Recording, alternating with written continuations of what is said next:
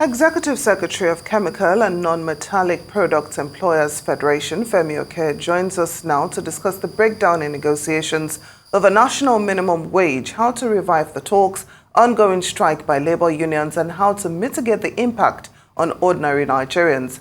Well, it's good to have you on Arise News. Thank you so much for joining us on the program. Thank you very much. Glad to be here. Well, first of all, what are your thoughts, on this ongoing strike organized by labor unions in Nigeria? The lawmakers, we heard them speaking earlier, they seem to feel that labor should have been more patient, should have listened to their appeal, but it seems they are not really focusing, on their action that has led to this reaction from the NLC. What are your thoughts? I mean, I support the lawmakers because I think it's premature. I mean, it's premature in the sense that there is a discussion, ongoing discussion by the National Minimum Wage Committee to discuss, and I mean, there's a process, there's a procedure, and unfortunately, Labour has just jumped the gun. But the procedure has been ongoing since last year. It's been, yes, about 4 months now. Yeah, but you see, the whole idea is that discussions are ongoing, consultations are ongoing. People have to understand the process first. The process is that the committees made up of the government, the labor and the employers, and the organized private sector, now they're supposed to come out with an agreement.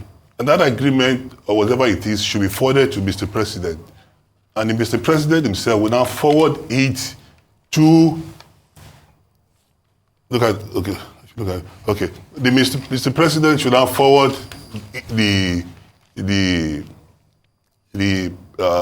what has been agreed among the tripartite committees, forwards it to the National Assembly, who now do the necessary legislative procedures, and once it's agreed, they send it to Mr. President to sign it to law. So there's a procedure for that, but of course they just jump all the queue.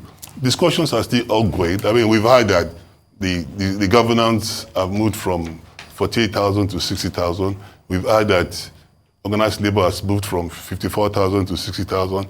They came down from 615 to 49, whatever it is. It should keep going. They should keep talking.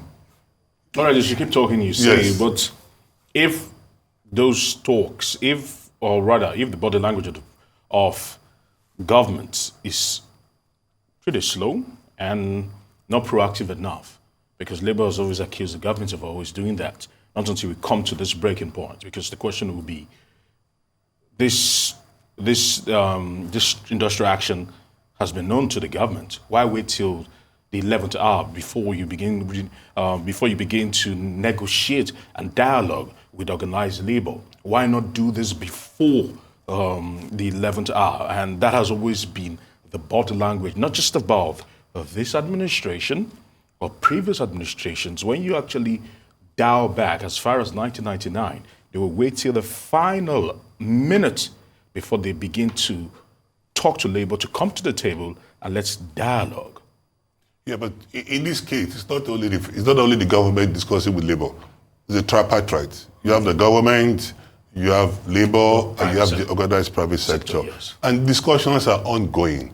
I don't know what you mean by body language. I mean, I don't know. Of course, it could be slow, but there are movements. When you are negotiating, I mean, I call this, whatever you call it, negotiation, consultation, it's all about semantics. But when you are negotiating, at times it could take time.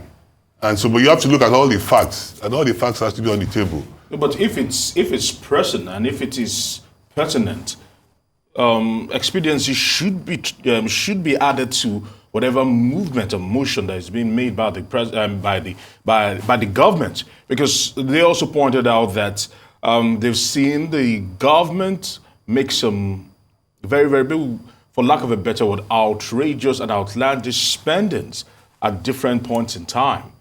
To say probably we cannot afford this. They've seen state governments also engage in frivolous spending at different points in time to claim that they cannot afford this, because you know that attention follows, action follows where attention is. And for the government, it seems this is not pertinent enough to be able to make expedited move to ensure that they come to a particular consensus? Yeah, for me, as a Nigerian, I mean, I agree that government should curtail the spendings. I mean, if you're saying everybody should tighten its belt, they also must show by example. I agree with that. But the going to strike is not the alternative. It's just jumping the queue. I agree. I mean, we've read some of the spendings by government at various levels, local government, state government, the federal government. We've read what they've done with money. Yes, but they can do better.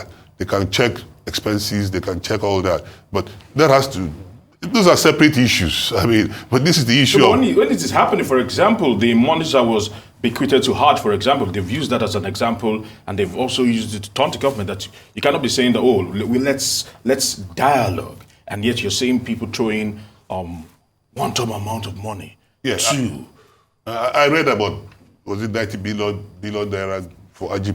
These are issues. You see, the issue in Nigeria is there's a lot of issues to be discussed. But you see, we can't handle all these issues on the table. But let's just focus on what the issues are now. Because most of I agree that government should prioritize the spending. For me, if I have a choice, I think government should answer for all those religious stuffs. If you want to go to Jerusalem, spend your money and go to Jerusalem. You want to go to IG, spend your personal money. Use our money to repair infrastructures. Use our money to build roads and etc. Hospitals, education. I think government should spend their money on that.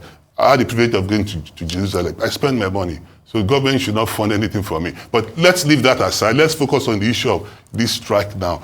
Is the strike called for? I'll say absolutely no. It's premature. They should be talking. They should be discussing. They should be consulting.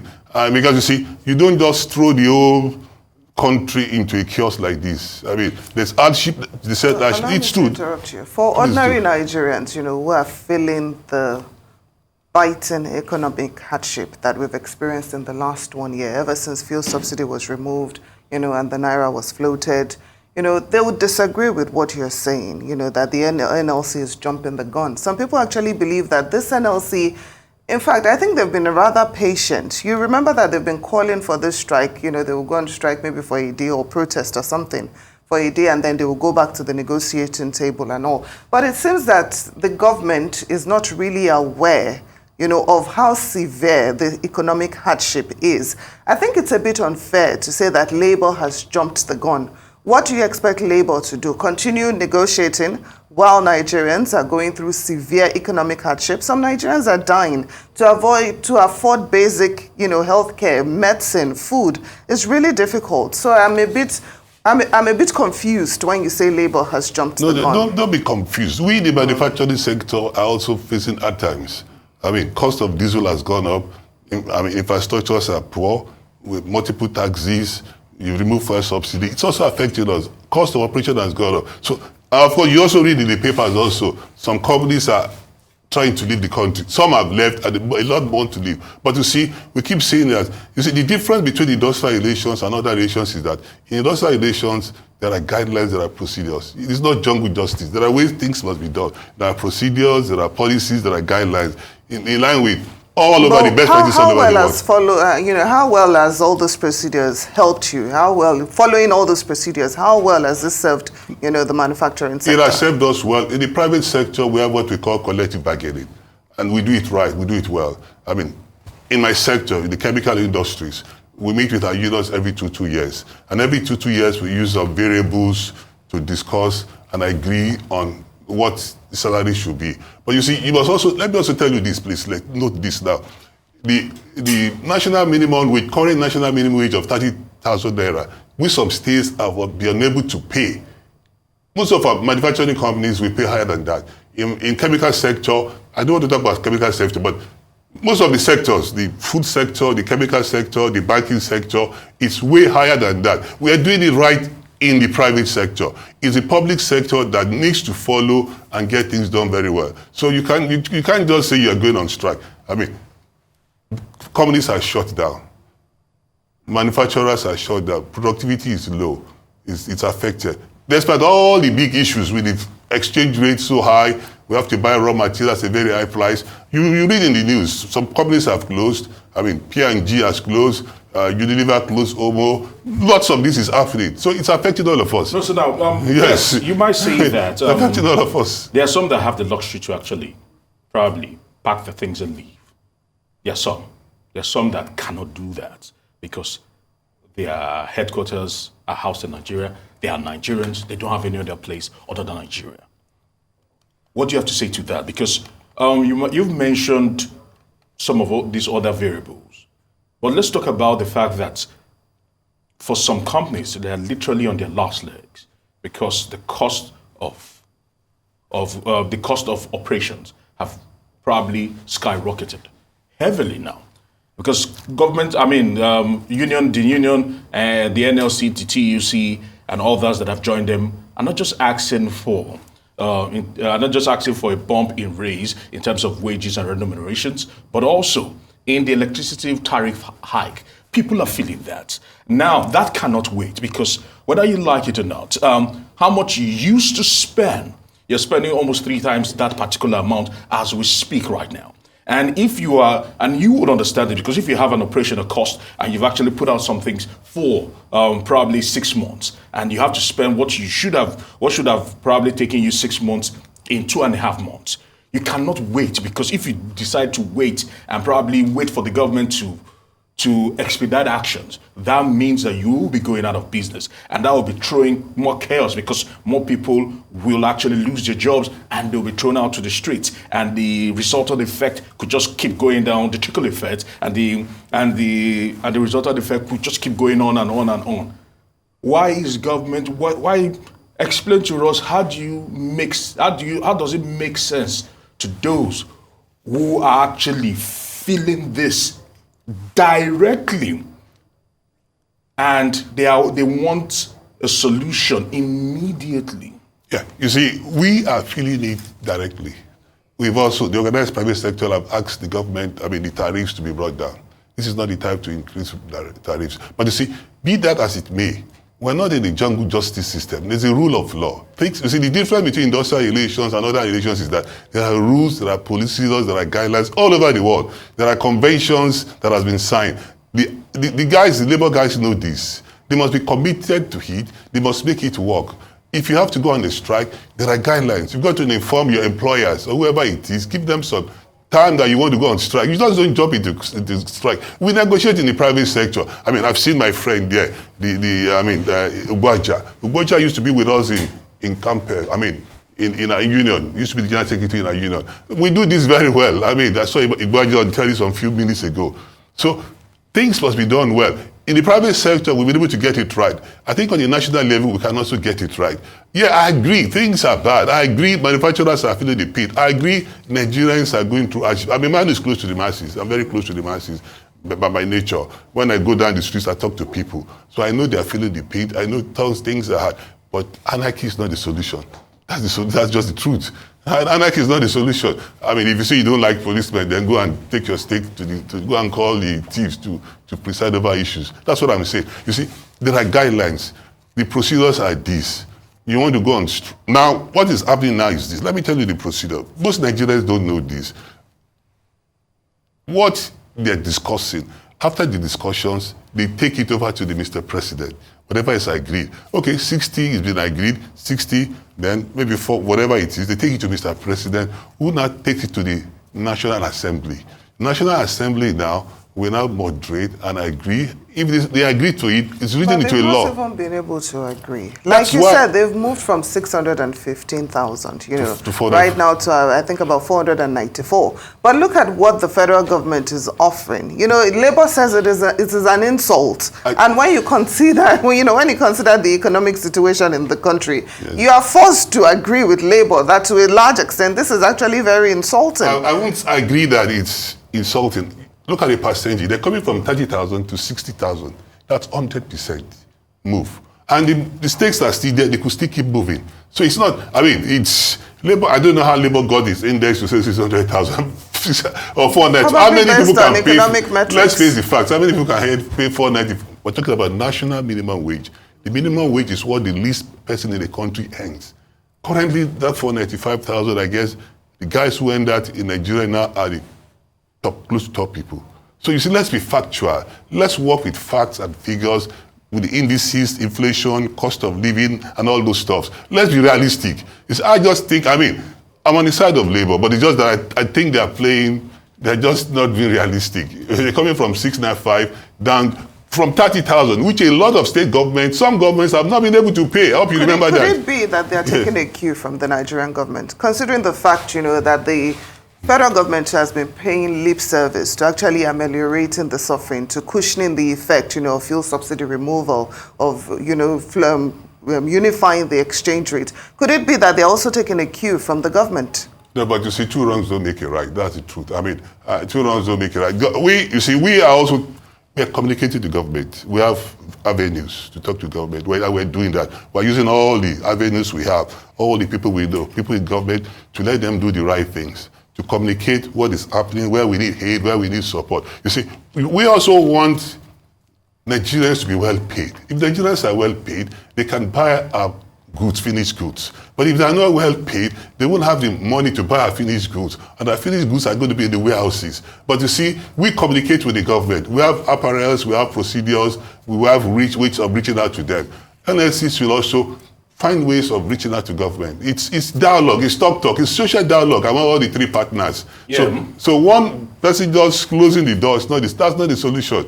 Anarchy is not the solution, I'm sorry to say. So, okay, if you've mentioned just in terms of wages, yes. But how about the electricity hike? You do not, if the amount proposed by Labour is unreasonable. Yes, I think how about taking it back, scaling it backwards? That should be reasonable, and because people have said, and this has been the case here, people have said that when the government wants to move, they move. And the change of the national anthem is a typical example. You could see how literally it ran on rails. And the question is this: electricity, which is a low-hanging fruit, why can't they actually work on that? You see, electricity is key to the manufacturing sector. The price hike they've jump, in our opinion, is huge. And we're discussing with them, the necessary authorities, and communicating with them that the price something should be done to it. Because you see, companies have left, and a typical example, many years ago, Dunlop left Nigeria for Ghana. Why? Because you see, there's some industries that they need to have 24-hour supply, this whatever it is, electricity. Those type of companies, you don't shut them for a minute. Now, if we with a huge jump in electricity cost, we are talking to government. We have the apparels of communicating with them, the necessary people. Labour should also talk and dialogue. Social dialogue. Yes, because they've accused the Minister of Power for not attending some of those meetings. He's been absent. I don't He's know not shown the body language that they want to come to the table to dialogue. No, I didn't know about that, but we are dialoguing, we are talking. Manufacturing organized by the OPS is talking with the authorities, with the labor, with the finance people, with the industry people, because they need to we're letting them know that bringing foreign investors to the country will not happen if the local industries are not thriving. Because the government thinks they can bring foreign investors to the country. We're telling them that we must survive, we must thrive before these new folks will come back to this country. And of course, these new folks, before they come back to this country, will be asking the old people in the country, the Unilevers of this world, the Nestles of this world, the PZs of this world. They're going to be asking them. These are global companies. People will ask them, how is it in Nigeria? How is it before they come bring their money to Nigeria? So take care of the current ones now. But are you worried, that you might actually be talking with government for the next 4 years? No. You might talk till 2027. No, we will not. If they can allow all these companies that you have listed, to leave the country and nothing is being done, instead they are still increasing tariffs, the policies are getting tighter, you just might be talking for quite a long time without forever. results. We won't talk forever because we know we're talking to, and we have some big stakeholders who are also championing their cause for us. That's what I think Labour should do also. Because, right. We don't have the time forever. All right, sir. It's okay. Please hold on a minute. We have Tokunbo Yechinji, our senior correspondent at the airport. Tokunbo, good afternoon and welcome to Newsday. Thank you, Aaron and Tope. Good to see you guys there in the studio. All right, Tokumbo, I can see the entrance to MM2 there. It's actually blocked, literally. Cars are not moving. Talk to us about this at the moment. I mean, you're very familiar with the MMA2. This is the entrance to that local airport. But today, the abnormal is what is going on. I mean, this is the farthest you can go if you want to access the airport, meaning that there are no activities allowed in here because of the strike by the NLC and the TUC over the minimum wage protest. I mean, members of the aviation unions, different unions in the aviation sector are just under the tent right in front of all these vehicles that are lined up behind me, ensuring that the gates have remained under lock and key all day, preventing passengers, workers, airline workers, any other individual or group that that have got anything to do with aviation operation in Nigeria. None of them is allowed into the MMA2 since daybreak today, and the same thing is the same situation is happening at the General Aviation Terminal, not too far away from where we are standing. That's Terminal 1, it's usually referred to by many. Some of the aviation union leaders have equally moved over there to ensure that no activity is allowed to go on there because of this strike here today. So the effect of that is many people who actually have been out to embark on their journey to different parts of Nigeria from Lagos have not been able to. And if you just look by my side there, my cameraman is just panning there now, you can see some of the stranded passengers hanging all around under the tree or any other place where they can find a place to just rest their legs. So that's the situation here, Aaron. And we're told by the union leaders that for now, for today, the restriction will be just at the local airports, but from tomorrow they will move down to the international airport to ensure that no flights comes into Nigeria and no flight actually departs from this airport in Ikeja, Lagos. Well, Tokumbo, I'm wondering, if you've had a chance to speak with any of the passengers that are being affected by this strike. I can see that, they are still loitering around the airport. So is it that some of them still believe that probably they will still be able to fly out of Lagos today? You are right, Tokwe. We've been interacting with some of the passengers. Excuse me, please. Though some of them would not want to talk to us on camera, but we interacted with them off camera. There was a particular passenger, a male, who told me he stays in Ogba. Ogba, if you know Lagos very well, Ogba is just not too far away from here. But he said he moved in here for a 3 o'clock flight. He came in at about 12:31, thinking he'll be able to board his flight to Uyo, where he was supposed to be flying to. But unfortunately, he met this situation here. But to him, he still believes that something will give eventually at the end of the day, and he may be able to still fly out of Lagos. I asked him if he had got any communication from the airline that he was to fly with. He said no, but as far as he's concerned, there is still some kind of hope that probably these union leaders here will have a change of mind sometime later in the day, and the airline can call them to start boarding and depart for the Uyo destination that he's going. All right, Tokumbo, as it stands right now, of course, I sighted the Arise vehicle there, and we could also sight the tent there. At the moment, how are those workers feeling about this strike? Because it has polarized the nation in terms of some are insisting that they are on the right path talking about labor, while some are insisting that it's a little bit outlandish talking about the demands that labor has actually put on the table. If I get you right, you're talking about the labor unions. Now, I'm even talking about the workers themselves. The workers themselves. Have you spoken to any of them? How are they feeling about this particular strike? I've interacted with quite a number of people here, including those agents who handle passengers, who do some kind of transaction or the other here at the airport. There's a particular one who actually spoke with us and said, well, though he believed that what the unions are fighting for is for the good of everybody, but at the same time he lamented the fact that his passenger, who he said is not based in Lagos, is supposed to be flying out of Lagos by 2 p.m. But unfortunately, with the situation here, nothing like that can happen. So he's so confused that he doesn't even know what to do. So he told me that what he was concerned about was how to actually try and sort out the passenger and see where, you know, he can arrange for him to actually have some time and cool off, to know what the next line of action will be, since according to him too, there had not been any communication from the airline that his passenger was supposed to be boarding.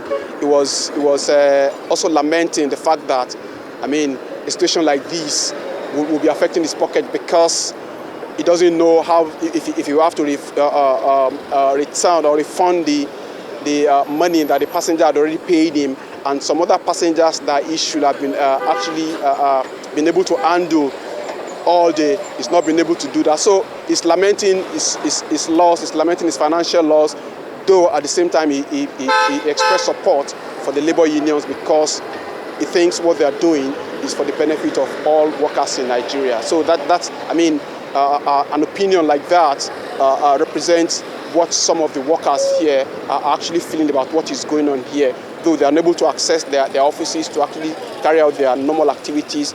It's a Monday, which you know how prepared, you know, people are after the weekend relaxation to actually resume their duties on Monday. But here they came this morning to meet this the gates to the entrance into the airport, to, you know, that host many offices under lock and key. So they may not be, some of them may not be actually be too pleased with it, but at the same time they have some kind of a feeling of support for the labor unions, hoping that there will be some kind of agreement between the unions and the government on what they regard as a agreeable national minimum wage that can take the worker home. Well, Tokunbo, you know, I'm just wondering what the consequences of Labour's action would be if indeed they keep to their promise to target the international wing of the Murtala Mohammed Airport tomorrow. Do you see this happening? What will be the consequences?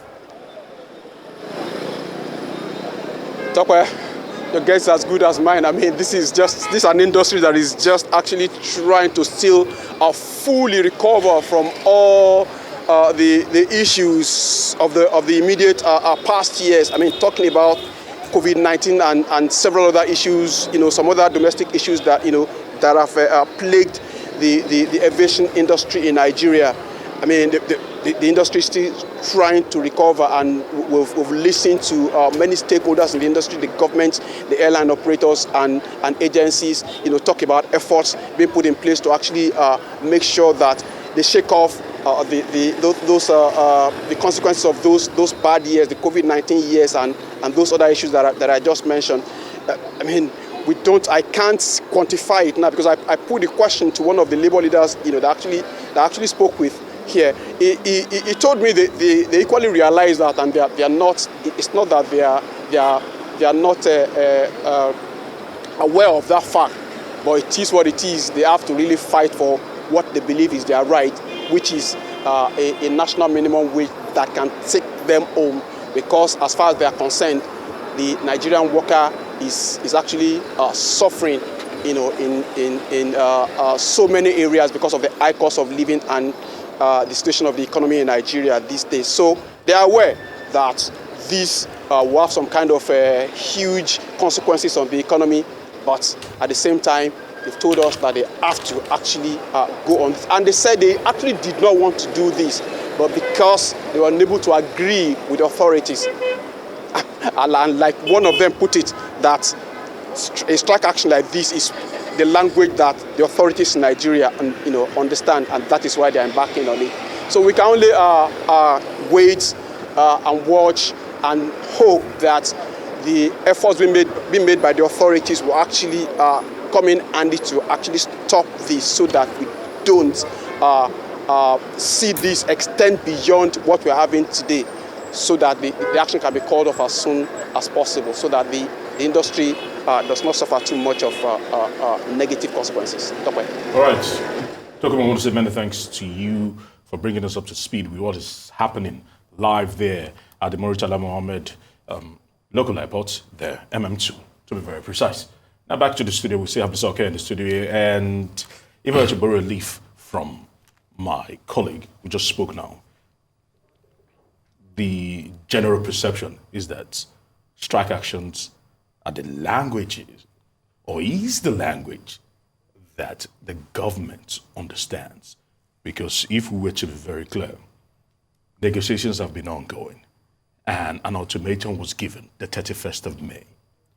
It's no news. What is happening was not agreed on Friday. You and I know this. They had given them sufficient notice, furnished them with that. And they waited till the eve of the ultimatum to actually swing into action and begin to dialogue with labor. Yeah, I mean, when I heard him say that, I felt pains in my heart, because, I mean, it's a wrong, that shouldn't be the way it should be. I mean, things should be done right. All the stakeholders should do the right things. I mean, the government, the labor, and the organized private sector. And I mean all, including the government. That perception, they should not give other stakeholders that perception that that strike is the only language that the people understand. So what's the solution to that? The government understands. Okay, that the government understands. Okay, that's a wrong. The government should not give people that perception, because when you have that perception, then something is wrong. Yeah, because ideally, all the stakeholders should play the role according to the games. You see, industrial relations is not, you don't change the rules. It's not like football. Football rules are different from handball and etc. In industrial relations, the three parties must be well educated, including the government. They must know the procedures. They must know what needs to be done and do it at the right time. And also, commitment is important from both parties. I mean, commitment from the government, from who wants to do it, if they want to do it, are they committed to it? And there must also be integrity. I mean, you see, consultations or negotiations, you need to have the ability to pay. Sustainability is important. But you see, key thing is there must be communication. Communication must be going on.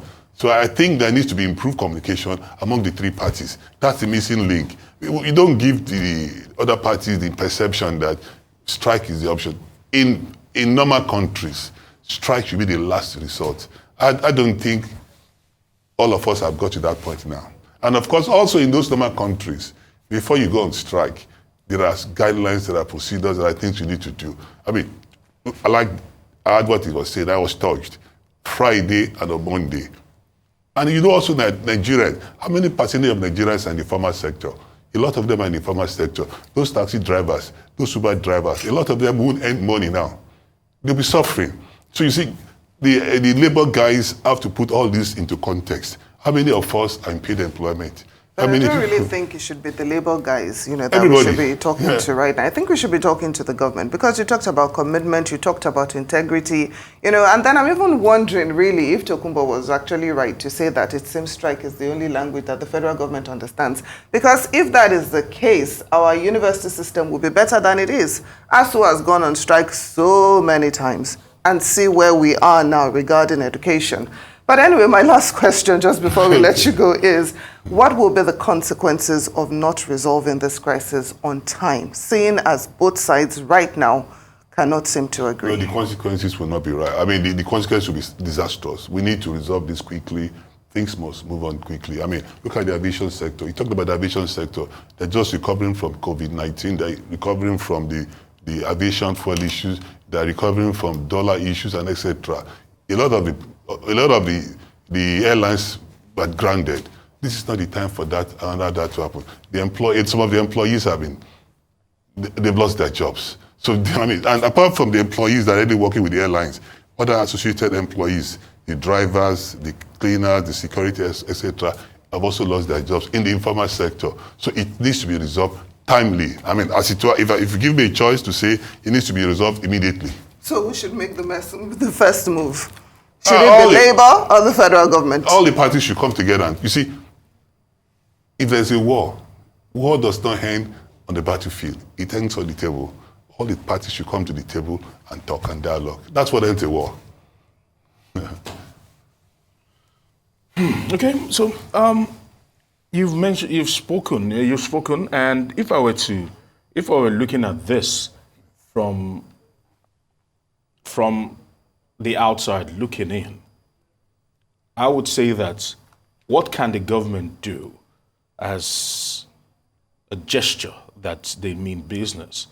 What is the olive branch that they can actually wave at this moment in time that would make Labour say, okay, we'll suspend it with the hope that we can probably reach a consensus addendum on other issues?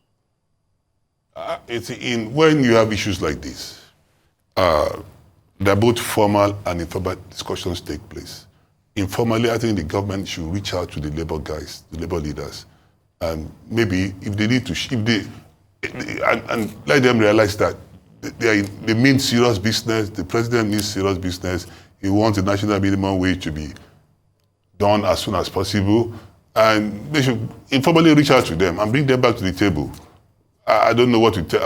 I'm not going to tell them what to say because, I mean, in negotiations, you don't promise what you cannot give. I mean, that's the problem with ASU. That government gave promise what they couldn't pay. And they signed the agreement, they couldn't keep with the agreement, and they had problems and problems as well. So you don't just jump and go and say, I promise to pay you 1 million naira. And if you can't afford it, you'll be in trouble. So that's why they need to know they need to put their house together and talk. Yes, it's been a very enlightening discussion. Thank you so much for joining us on Newsday.